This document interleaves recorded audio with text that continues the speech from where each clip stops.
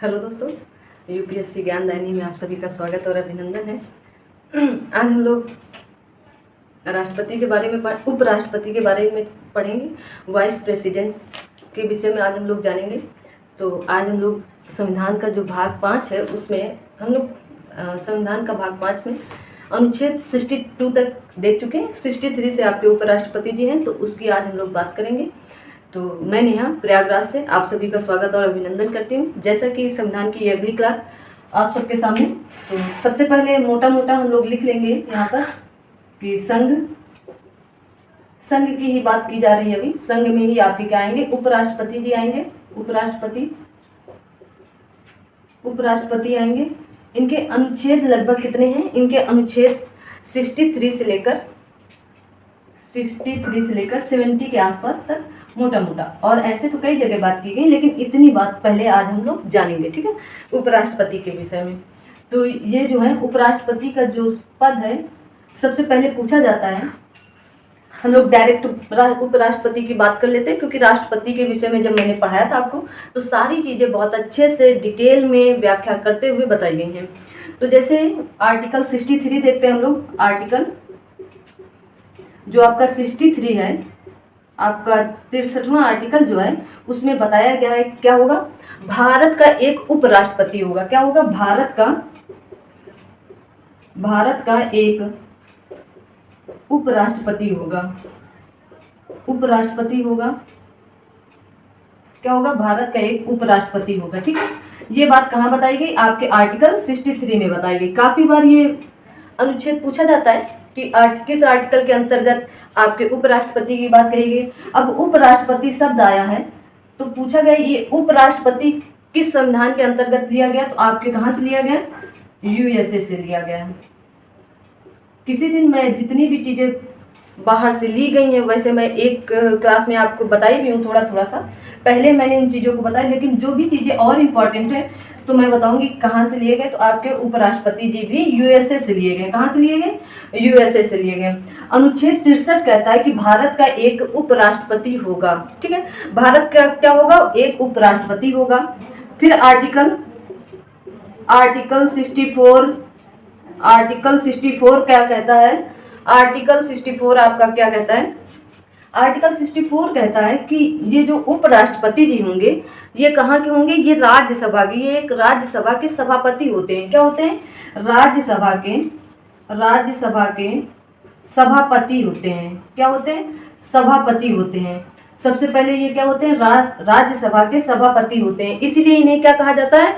पदेन पद कहा जाता है। इनको क्या कहा जाता है? पदेन पद कहा जाता है, ठीक है।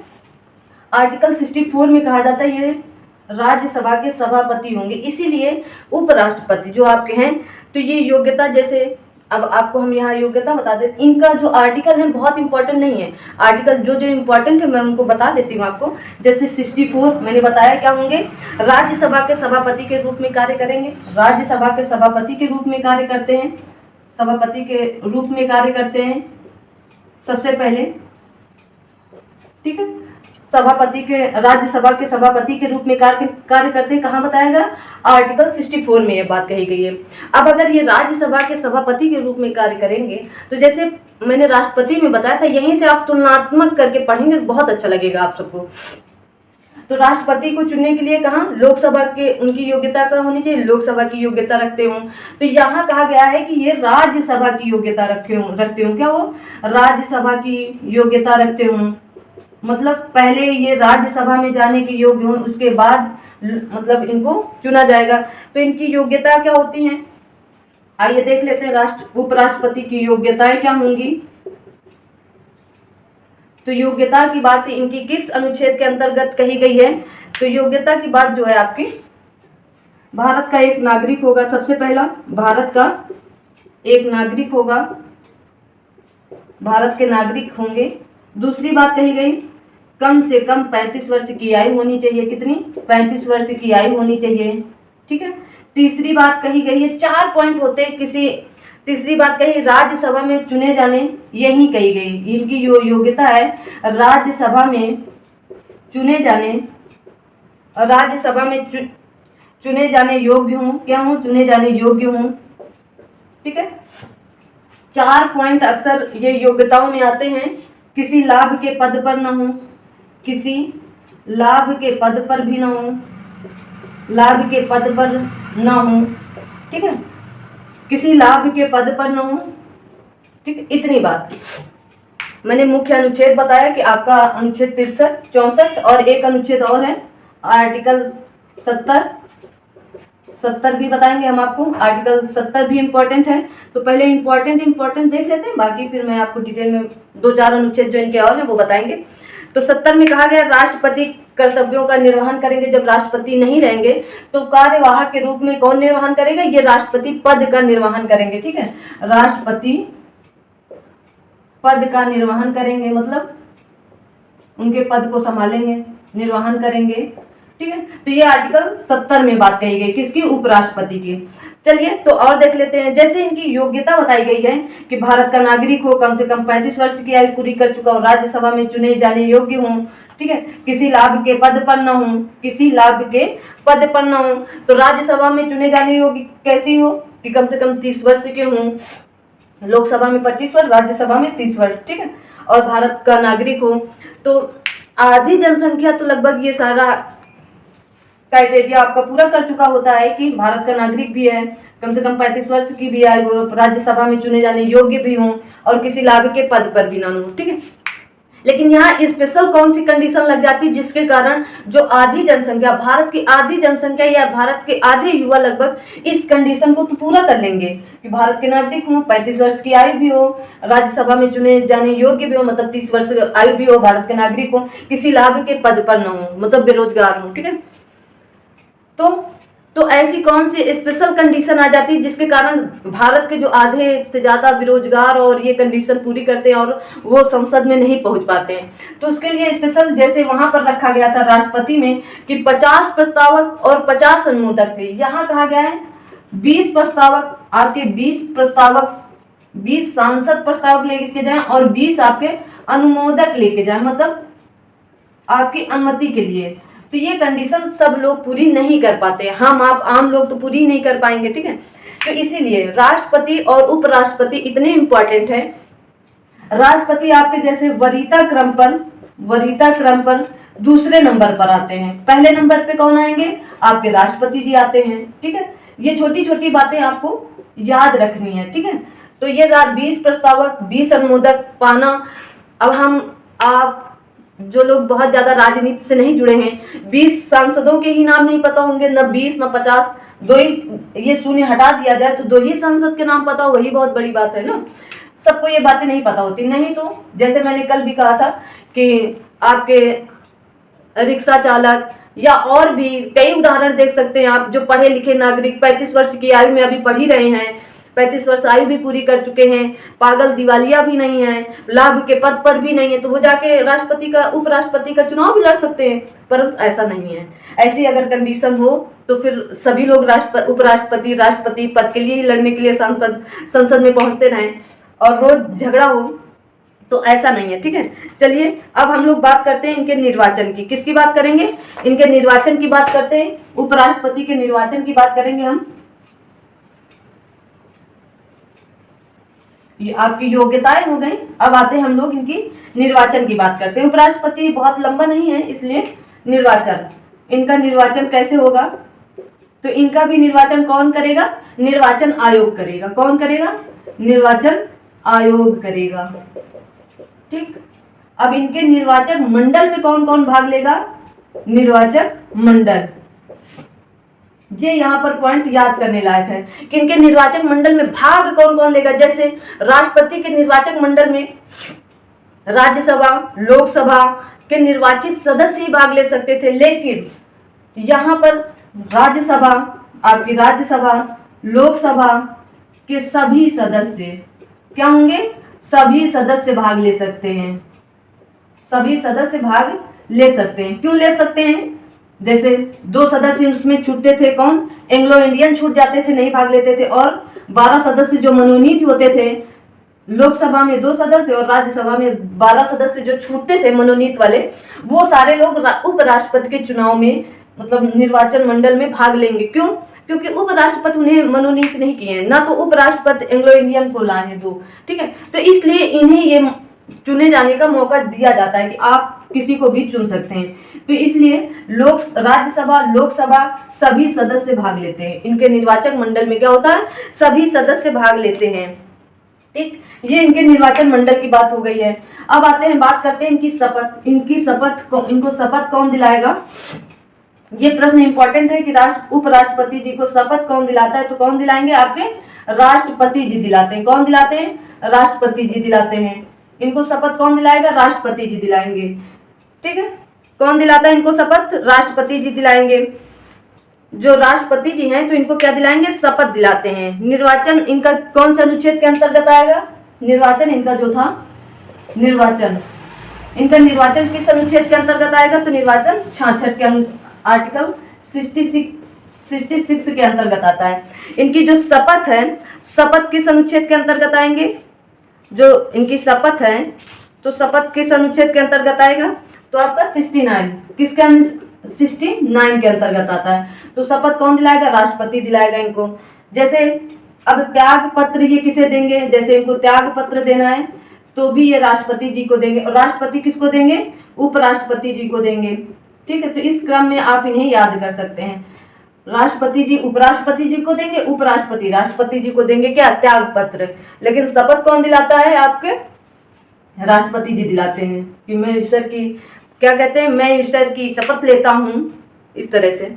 तो शपथ की बात हो गई। शपथ के बाद आएगा योग्यताएं, हो गई आपकी।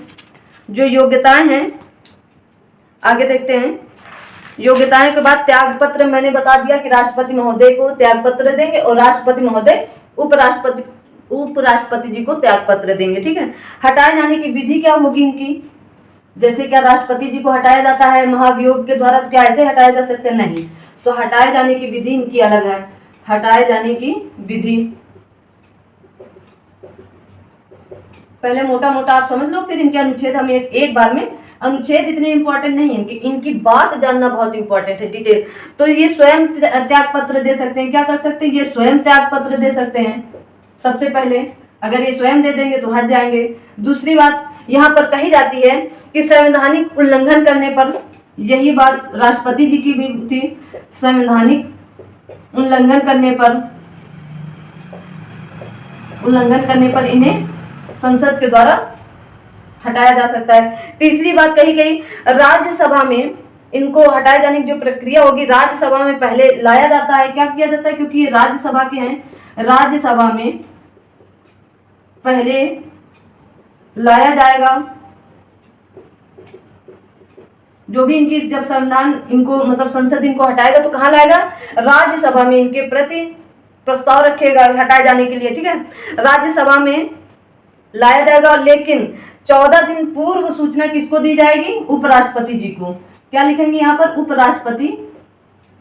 उपराष्ट्रपति जी को यहाँ पर 14 दिन पूर्व सूचना दी जाएगी, ताकि अगर इन्हें 14 दिन पूर्व अगर इन्हें त्याग पत्र देना हो तो ये पहले भी त्याग पत्र दे सकते हैं। क्यों, क्योंकि इन्हें हटाए जाने की ये विधि शुरू हो जाती है।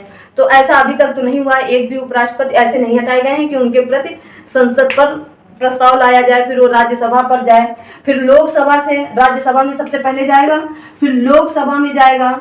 अगर लोकसभा इसे 2/3 से पारित कर देती है तो फिर उपराष्ट्रपति जी को अपना त्याग पत्र देना रहेगा, मतलब अपना पद त्यागना पड़ेगा यहाँ पर, ठीक है। लोकसभा अगर 2/3 से पारित कर देती है, ये याद रखना है, 2/3 से पारित कर देती है लोकसभा।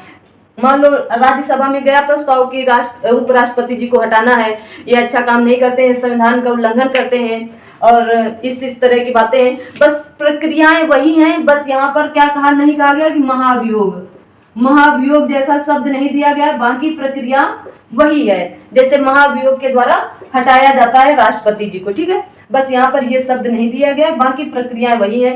तो ये सबसे पहले कहाँ जाएगा, राज्यसभा में जाएगा। अगर राज्यसभा इसे आगे बढ़ाती कि हाँ इन्होंने उल्लंघन किया, इन्हें हटाना जाना चाहिए, तब ये जाएगा लोकसभा में। लोकसभा अगर उसे 2/3 बहुमत से पारित कर देती है तो फिर उपराष्ट्रपति जी को अपना त्याग पत्र देना रहेगा, अपने पद से उन्हें त्याग करना पड़ेगा, ठीक है।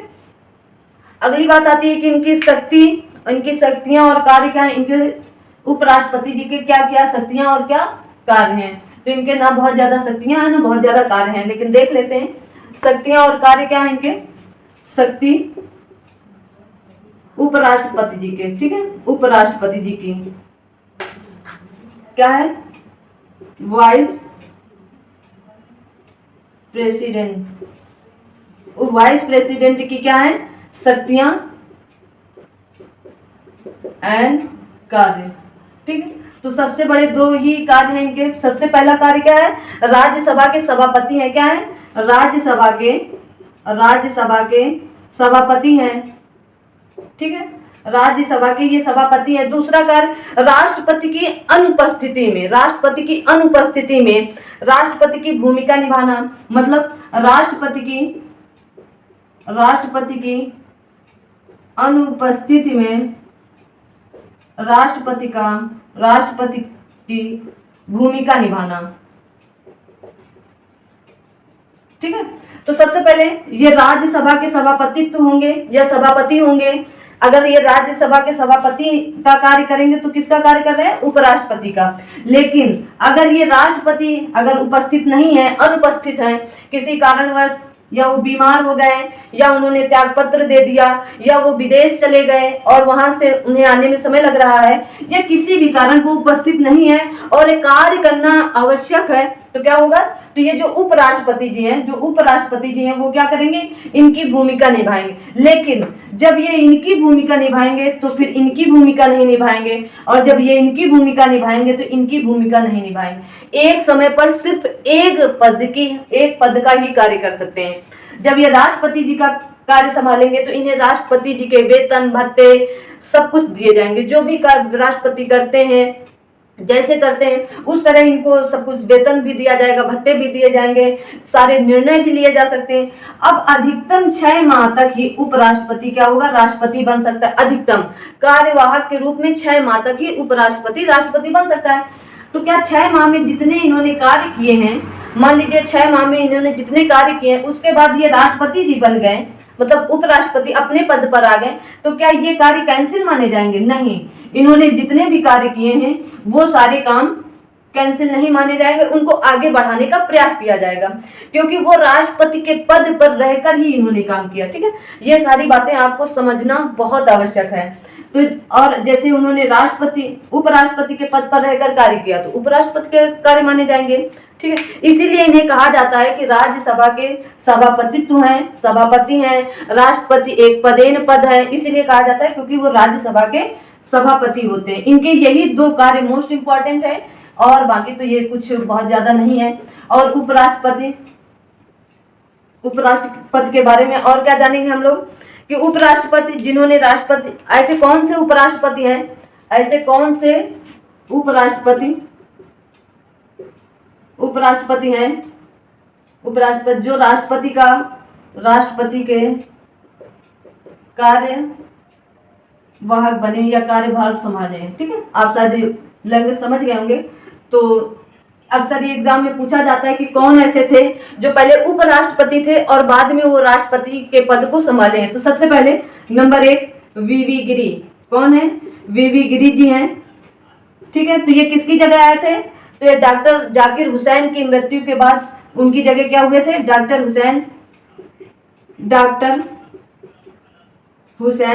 हुसैन की जगह ये आए थे, उनकी मृत्यु हो गई थी तो इन्होंने कार्यवाहक के रूप में कार्य किया था, वीडी गिरी। दूसरे थे आपके वीडी जत्ती। कौन थे? वीडी जत्ती जी थे। ये भी कोई किसी की डेथ हो गई थी तो कार्यवाहक के रूप में इन्होंने भी कार्य किया था, ठीक है। तो ये दो लोगों को आप याद रखेंगे जो उपराष्ट्रपति के पद पर थे और फिर राष्ट्रपति के कार्यवाहक के रूप में कार्य किए हैं, ठीक है। अब आते हैं राज्यसभा में स्थिति। राज्यसभा में उपराष्ट्रपति की क्या स्थिति है? राष्ट्रपति बहुत ज्यादा लंबा नहीं है इसलिए, और यहाँ से जो भी प्रश्न बनते हैं आप यहाँ से अब कर ले जाएंगे, ठीक है। चलिए देखते हैं राज्यसभा में स्थिति क्या है। राज्यसभा में सबसे पहले क्या है कि राज्य सदस्य नहीं होते हैं। राज्यसभा के ये सदस्य नहीं होते हैं। क्या होते हैं? राज्यसभा या राज्य सदस्य नहीं होते हैं, ठीक है। राज्य सदस्य नहीं होते, इसीलिए ये वोट नहीं दे सकते हैं, ये वोटिंग नहीं कर सकते हैं किसी भी चीज में। परंतु अब परंतु जब जुड़ जाए तो बहुत बड़ी बात होती है। परंतु राज्यसभा में किसी बिल पर, राज्यसभा में किसी बिल पर 50-50% मान लीजिएगा मिल गया कि 50-50%, 50 जैसे 4 आदमी किसी बिल पर बहस कर रहे हैं तो 2 आदमी इधर और 2 आदमी इधर, अब 4 टोटल है तो 2-2 लोग हो गए, तो 50-50% हो गया, तो निर्णय तो निकला नहीं। तब यहाँ पर उपराष्ट्रपति जी क्या करेंगे, निर्णायक मत देंगे। क्या देंगे, निर्णायक मत देंगे। बहुत ही इंपॉर्टेंट बात है, निर्णायक मत देंगे। ये क्या देंगे, निर्णायक मत देंगे। अब ये इधर अगर एक वोट देते हैं तो ये जीत जाएंगे, अगर इधर ये एक वोट देते हैं तो ये जीत जाएंगे। तो बस इतनी ही बात इनकी राज्यसभा में है कि अगर ये जिधर भी वोट दे देंगे उधर निर्णायक मत हो जाएगा और जो बिल होगा वो पारित हो जाएगा। यही बात कही गई है राज्यसभा के बारे में, मतलब उपराष्ट्रपति के बारे में। और उपराष्ट्रपति कहें या इन्हें राज्यसभा के सभापतित्व कहें या सभापति कहें, बातें की है। अब मान लीजिएगा कि उपराष्ट्रपति वाइस प्रेसिडेंट के चुनाव में कोई गड़बड़ी या कुछ भी होता है तो मामला कहाँ पर जाएगा आपके, तो सुप्रीम कोर्ट पर ही जाएगा। कहाँ पर जाएगा, सुप्रीम कोर्ट पर ही जाएगा। क्यों जाएगा, क्योंकि ये संघ की बात है इसलिए। अब ये मत सोचना कि उपराष्ट्रपति की बात है तो ये मामला आपके हाई कोर्ट में जाएगा। उपराष्ट्रपति आपके भाग 5 के अंतर्गत ही आता है तो कहाँ जाएगा, सुप्रीम कोर्ट में ही निर्णय होगा। सुप्रीम कोर्ट में ही इनका मैटर जो भी हो कुछ होगा कि चुनाव से संबंधित या कुछ भी, तो कहाँ जाएगा, सुप्रीम कोर्ट पर ही जाएगा, सुप्रीम कोर्ट पर ही जाएगा। ठीक है, अब चलिए बात कर लेते हैं। आपको हम अनुच्छेद, जैसा कि मैंने कहा कि अनुच्छेद के पीछे मत भागना, लेकिन कुछ लोग अनुच्छेद के पीछे भागेंगे तो उनके लिए आपको मैं अनुच्छेद बता देती हूँ। ये पहले आप डिटेल ये जानना बहुत आवश्यक है उपराष्ट्रपति के विषय में। तो पहला अनुच्छेद है इनका आर्टिकल 63 में कहा गया है वाइस प्रेसिडेंट भारत का एक उपराष्ट्रपति होगा। ठीक है, यहाँ आई का मतलब इंडिया का एक उपराष्ट्रपति होगा। 63 में कहा गया है। दूसरा आर्टिकल 64 में कहा गया है, 64 में क्या कहा गया है, उपराष्ट्रपति का राज्यसभा का पदेन सभापति होगा। उपराष्ट्रपति राज्यसभा का पदेन सभापति होगा। ये कहा गया 64 में कहा गया। ठीक है, आर्टिकल 65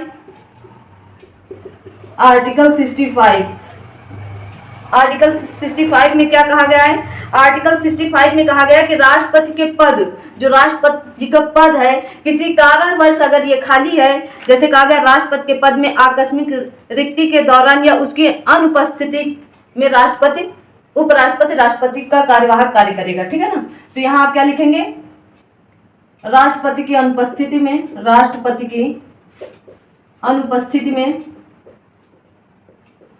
उपराष्ट्रपति राष्ट्रपति के कार्यवाहक के रूप में कार्य करेगा। ठीक है, अगला है आर्टिकल 66 में क्या कहा गया है, आर्टिकल 66 में क्या कहा गया है, तो आर्टिकल 66 में कहा गया उपराष्ट्रपति का निर्वाचन। उपराष्ट्रपति का निर्वाचन मैंने बता दिया, निर्वाचन कैसे करना है मैंने बता दिया, सभापति कैसे होते मैंने बता दिया कि भारत का एक उपराष्ट्रपति होगा। अगला है आर्टिकल 67 में क्या कहा गया है, आर्टिकल 67 में कहा गया है कि उपराष्ट्रपति की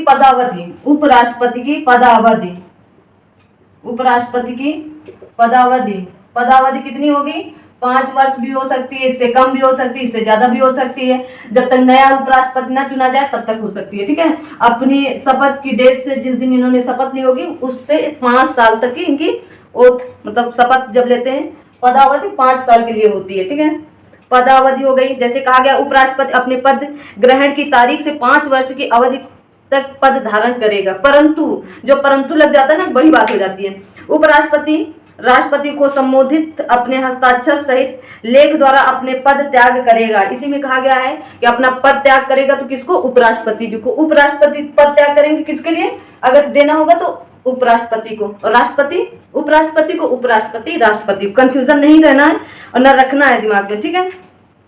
अगली बात कही गई है कि 68 आर्टिकल 68 में क्या कहा गया है? तो आर्टिकल 68 में कहा गया कि उपराष्ट्रपति के पद में रिक्ति को भरने के लिए निर्वाचन आयोग निर्वाचन करने का समय और आकस्मिक रिक्ति को भरने के लिए निर्वाचित व्यक्ति की पदावधि, मतलब निर्वाचन की बात कही गई कि अधिकतम समय इनको, अगर उपराष्ट्रपति का पद खाली है तो अधिकतम निर्वाचन 6 माह के अंदर हो जाना चाहिए, 6 माह के अंदर, ठीक है, 6 माह के अंदर की बात कही गई। अगला है आर्टिकल 69 में क्या कहा गया है? आर्टिकल आपके 69 में कहा गया है उपराष्ट्रपति द्वारा शपथ कब लेंगे? 69 में लेंगे उपराष्ट्रपति की शपथ। 8वीं बात और लास्ट बात आर्टिकल 60 से मतलब 70 आर्टिकल 70 में क्या कहा गया है कि अन्य आकस्मिकताओं में राष्ट्रपति के कर्तव्यों का निर्वहन करेंगे, मतलब राष्ट्रपति के कर्तव्यों का निर्वहन करेंगे। अगर राष्ट्रपति जी किसी कारणवश नहीं है, राष्ट्रपति के कर्तव्यों का निर्वहन कौन करेगा? उपराष्ट्रपति करेंगे। अगर राष्ट्रपति जी नहीं है तो कौन करेगा? उपराष्ट्रपति जी करेंगे, ठीक है। कौन करेगा? उपराष्ट्रपति करेंगे, ठीक। इतनी बात आपको समझ में आ गई होगी। इन्हीं के विषय में कहा जाता है राष्ट्रपति, अनुच्छेद 71, राष्ट्रपति या उपराष्ट्रपति के निर्वाचन से संबंधित या सशक्त विषय। उपराष्ट्रपति और राष्ट्रपति के निर्वाचन से संबंधित या सशक्त विषय, तो वो इतना इम्पोर्टेंट नहीं है। आज इतनी ही बात मतलब थी उपराष्ट्रपति के विषय में। तो उपराष्ट्रपति आपको समझ में अच्छे से आया होगा। एक बार उपराष्ट्रपति के विषय में 2 से 3 मिनट लगेंगे मुझे। मैं एक बार पूरी कहानी आपको बताऊंगी, एक साथ सिर्फ आपको सुनना रहेगा, ठीक है। सबसे पहले उपराष्ट्रपति, एक भारत का एक उपराष्ट्रपति होगा अनुच्छेद 63 के अंतर्गत। कब होगा? अनुच्छेद 63 के अंतर्गत होगा, ठीक है। अनुच्छेद 63 के अंतर्गत क्या होगा? भारत का एक उपराष्ट्रपति होगा। अनुच्छेद 64 के अंतर्गत या 64 के अंतर्गत उपराष्ट्रपति आपका क्या? उपराष्ट्रपति राज्यसभा का पदेन सभापतित्व होगा। दूसरी बात, इनका निर्वाचन कैसे होगा? तो उपराष्ट्रपति का निर्वाचन राज्यसभा और लोकसभा के सभी सदस्य होते हैं। निर्वाचन वही पद्धति अनुपातिक प्रतिनिधित्व और एकल संक्रमणी पद्धति द्वारा इनका अप्रत्यक्ष रूप से क्या होता है? निर्वाचन होता है। योग्यता, राज्यसभा का सभापतित्व बनने की या सभापति बनने की योग्यता रखता हो, लेकिन आयु कम से कम 35 वर्ष से कम न हो, लाभ के पद पर न हो, पागल और दिवालिया न हो, कम से कम 20 मतदाताओं मतलब 20 मतदाताओं ने उसके नाम का प्रस्ताव, मतलब 20 प्रस्तावक हों, 20 अनुमोदक हों, ठीक है। उसने निर्वाचन कार्यालय में 15,000 की जमानत राशि जमा कर रखी हो, जैसे राष्ट्रपति की 15,000 की जमानत राशि जमा कर रखी हो। राष्ट्रपति वही हो सकता है जिसमें राज्यसभा का सदस्य बनने की योग्यता है, ठीक है। दूसरी बात कही गई, उपराष्ट्रपति राज्यसभा पदेन सभापति होता है। कथन 1 और 2 दोनों सही हैं, ठीक है। अगला इनकी पदावधि 5 वर्ष तक होगी, लेकिन तब तक अपने पद पर बना रहेगा जब तक उसका उत्तराधिकारी चुन नहीं लिया जाता। जैसे मैंने बताया कि पद पर कब तक बने रहेंगे? 5 वर्ष तक, लेकिन अगर इनके उत्तराधिकारी नहीं चुने जा रहे हैं किसी कारण, तो ये तब तक अपना कार्य करते रहेंगे। फिर है इनका हटाया जाना। यदि राज्यसभा साधारण बहुमत से हटाए जाने का प्रस्ताव पारित कर देती, राज्यसभा ही पारित करेगी। यदि राज्यसभा साधारण बहुमत से इनका प्रस्ताव पारित कर देती है, साधारण बहुमत से हटाए जाने का प्रस्ताव पारित कर दे और लोकसभा उसका अनुमोदन कर दे, तो उपराष्ट्रपति को अपना पद छोड़ना पड़ेगा। लेकिन लोकसभा यहाँ पर कितना होगा? 2/3, 2/3 बहुमत से, ठीक है। वेतन, अपने पद का वेतन नहीं पाता, राज्यसभा के सभापति का वेतन पाता है, जो कि शायद इतने समय 2.5 लाख है, 2.5 लाख या 3 लाख रुपए। वेतन संचित निधि पर भारित व्यय होगा। अगला है कि पद रिक्त, यदि इस्तीफा देने, हटाए जाने, मृत्यु होने इत्यादि के कारण पद रिक्त होता है तो हर हाल में चुनाव 6 महीने के भीतर करा लिए जाएंगे। किसी भी पद रिक्ति की अवस्था में कार्यवाहक उपराष्ट्रपति का कोई प्रावधान नहीं है, मतलब उपराष्ट्रपति जी का कोई प्रावधान नहीं कि कार्यवाहक आकर करें। आज तक किसी ने सुना ही नहीं होगा कि उपराष्ट्रपति का भी कोई कार्यवाहक हो। राष्ट्रपति का तो चलो उपराष्ट्रपति बन जाता है, लेकिन उपराष्ट्रपति का कोई कार्यवाहक नहीं होता। इनके कार्य एवं शक्तियां कहा गया, राज्यसभा का सभापतित्व होता है, कार्यवाहक राष्ट्रपति के रूप में कार्य करता है। इस दौरान वो राज्यसभा का सभापतित्व नहीं करेगा, मतलब एक ही पद करेंगे, चाहे राज्यसभा के सभापतित्व का करें या फिर राष्ट्रपति के कार्यवाहक के रूप में कार्य करें। नहीं, ना ही इस पद का वेतन पाएगा, इस दौरान वो राष्ट्रपति पद का वेतन पाएगा। जैसे पूरी बात एकदम खल्लास तरीके से, एकदम अच्छे से आपको उपराष्ट्रपति समझ में आएगा। छोटा सा टॉपिक, छोटा सा वीडियो होगा, आप लोग अच्छे से समझना, पढ़ना। ये जो वीडियो होता है ना, मतलब इस तरह के कि उपराष्ट्रपति ये एग्जाम टाइम में बड़े काम आते हैं। कि क्या होता है कि जल्दी से रिविजन कर लिया जाए, एक 20 से 25 मिनट का वीडियो है और उसको जल्दी से रिवाइज कर लिया जाए, आपका राष्ट्रपति उपराष्ट्रपति तुरंत खल्लास हो जाता है। तो इस तरह अगर आप पढ़ेंगे तो आपको ये चीज़ें बहुत अच्छी लगेंगी। 63 से लेकर 70 तक मैंने बता दिया। 70 में जैसे कि बताया गया है कि उपराष्ट्रपति जो होगा वो राष्ट्रपति के कर्तव्यों का निर्वहन करेगा जब वो राष्ट्रपति की अनुपस्थिति रहेगी, मतलब राष्ट्रपति उपस्थित नहीं रहेगा, किसी कारणवश वो बीमार हो गया, घर पर है, छुट्टी लेकर रखा है या विदेश चला, कोई भी कारण हो सकता है, तो उनके कर्तव्यों को अनुच्छेद 70 के अंतर्गत निभाएगा। ठीक है, इतनी बात आपके उपराष्ट्रपति के अंतर्गत कही गई है।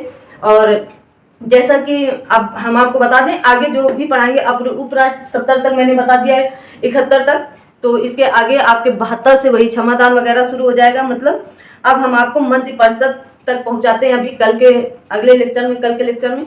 तो आप लोग तब तक के लिए खुश रहिए, मस्त रहिए, अपनी लाइफ को एंजॉय करते हुए आगे बढ़ाते रहिए और जल्दी से पढ़ाई पर एकदम फोकस करते रहिए। एकदम मेन फोकस कहाँ होना चाहिए? आपकी पढ़ाई पर होना चाहिए। जो फोकस जो इधर उधर है ना, जैसे इधर इधर उधर सब, तो ये ऐसे ऐसे लगा लो, सिर्फ फोकस कहाँ रहे? अपनी पढ़ाई पर रहे। ठीक है, अपनी जब पढ़ाई पर फोकस रहेगा तो आप का लेवल जो है वो हाई चला जाए। आप यहाँ से जितने भी प्रश्न बताए गए, आप अगर उपराष्ट्रपति के बैकईयर सॉल्व करेंगे तो आप यहाँ पर सॉल्व कर ले जाएंगे। आपका कोई भी क्वेश्चन गलत नहीं होगा, आप करके देखना। और यही यूपीएससी ज्ञानदायिनी का कर्तव्य है कि आप लोगों के लेवल को ऊपर उठाए और आपके ज्ञान को भी ऊपर लेकर जाए। ये मतलब यूपीएससी ज्ञानदायिनी चैनल का कर्तव्य है और यही मेरा एम भी है कि आप सब लोग अपने लेवल को ऊपर तक लाएं। जहां है उससे काफी ऊपर ले आएंगे ना तो बहुत अच्छा लगेगा आप सब लोगों को। तो आज की क्लास हम लोग यहीं तक रखते हैं। अगली क्लास में बहुत ही जल्द मुलाकात होती है आप सबसे। तब तक के लिए आप सभी को शुभ रात्रि, जल्द ही मिलते हैं। तब तक आप लोग अपना ख्याल रखिएगा, अपने साथ साथ अपनों का ख्याल रखिएगा और अपने से बड़ों का सम्मान करिए, अपने से छोटों को प्यार दीजिएगा, अपनी पढ़ाई को धार देते रहिएगा। कहते हैं कि मतलब जैसे कि कभी कभी माँ बाप मोटिवेट करते हैं, हमारे पापा तो एक ही वर्ड पूरे जीवन कहते हैं कि जैसे कभी भी हार मान लिए कि हम यार हमसे हो ही नहीं पा रहा, सारे रास्ते बंद हो गए, अब क्या किया जाए, तब क्या करना है? सिर्फ वो एक ही लाइन मुझे अपने पापा की याद रहती है। वो क्या कहते हैं? मोहम्मद गोरी का नाम लेते हैं मेरे सामने। किसका नाम लेते हैं? मोहम्मद गोरी का नाम लेते हैं और कहते हैं मोहम्मद गोरी भारत पर 17 बार